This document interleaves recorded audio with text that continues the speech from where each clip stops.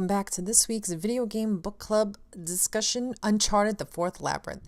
Today we are going through chapters 10 through 12, and it is so exciting! I know if you guys haven't read it, I'm going to spill all the tea. We're going to talk all about it. So after Jada's murder-kidnapping attempt by the hooded assassins, the crew wakes up to a big surprise. No news of the violence that took place the night before. No mention of any of it. Did Henriksen pay off everyone? It was like it never happened. So they leave the hotel and head for the Temple of Sobek and for Ian. Ian seems a bit nervous, but doesn't know what happened at the restaurant after he left. He is very nervous today, though, because he has a new sponsor as of last night.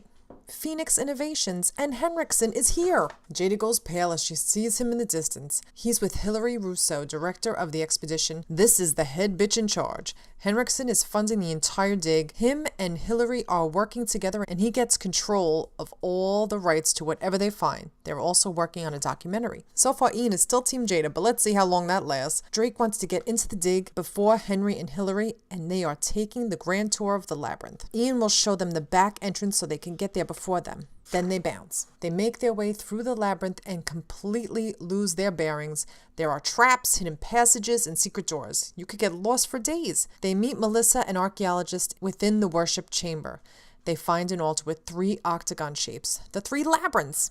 In the Mistress of the Labyrinth's chamber, they found 2 tablets. It's said that the honey was brought to the Mistress, but she served it to the protector of the labyrinth. The protector was a monster hidden from the cult of Sobek in the secret heart of the labyrinth. This monster resembled a bull with horns. Drake gets antsy and sees an important vase stuck in the sand. He tries to free it. It falls down a shaft and breaks, and Melissa is pissed. Drake's there 5 minutes. He's already wrecking the joint. Whoops! Then he falls down the shaft trying to catch it before it shattered. He sees a painting of a minotaur. It is getting severe up in here. They need to hurry before Henriksen gets here. Drake goes in. Melissa and Ian get into a fight about Drake doing the exploring. They all know that he's not really working for the Smithsonian. Sully tells the crew that there is a light coming from down in the shaft, and the light is coming from the worship chamber that they're in. Quick, look for the secret passage. They find the stone with the octagon symbol, and voila. The altar moves and reveals an entrance with air circulating in it. This leads to somewhere. They find a skeleton of a poor soul who became trapped, but it's huge, and the skull is misshapen, almost like the Elephant Man. Could this be the Minotaur? They go down to investigate. It's dead silent and dark as night. They keep going further underground until they see the entrances to a small room with the triple octagon symbol. The room was identical to the worship chamber upstairs, except this altar has writing in Greek, not Egyptian. There are 2 rooms. One room is devoted to Sobek and one to Dionysus, god of wine and madness. This doesn't make any sense. Was it for the Mistress of the Labyrinth? Then another worship chamber, but with Hellenic writing, a rare Greek dialect or a lost language. This chamber was to worship Poseidon. Ian finds a jar, and written on it says Thera of Santorini. The 3rd labyrinth was in Santorini. Santorini, which were islands before the massive volcanic eruption in the 14th century. They're talking about Atlantis, the island of Akrotiri. There is a settlement, Therasia, on the pre-cataclysmic island of Thera, and it still exists. Drake felt the thrill of excitement. They were on the trail of a big secret, but no mention of the 4th labyrinth. But no time to talk. There is a noise. They pull out their guns and wait. Someone is in here. Shadows are moving in the darkness.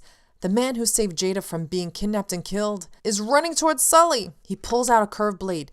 They shoot and hit him in the chest. He staggers but comes for Drake. He's shot twice and he's dragging himself out to escape the chamber. But there are more dudes coming, and they take Ian out through the door. They can't let them get away. They are fighting, shooting. There's blood everywhere, yelling, screaming.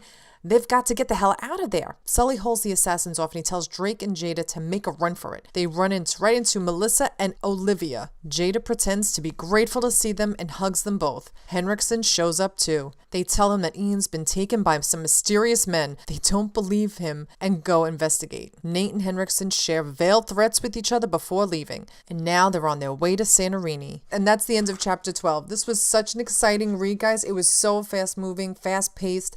There was so many discoveries, so many things they figured out all in these 3 chapters. Things are moving fast. Things are getting severe up in here. It is getting so dramatic, and I'm loving this book. I hope you guys are enjoying this read. If you are not reading along, I hope you are at least enjoying this commentary. I really appreciate any and all support on this series. It really means a lot to me. Thanks so much for watching and listening.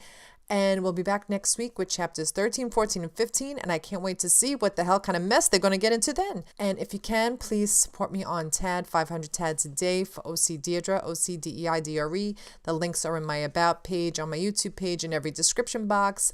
At Give a Tad, I'd really appreciate it so much. Thanks for watching, and I'll be back with more.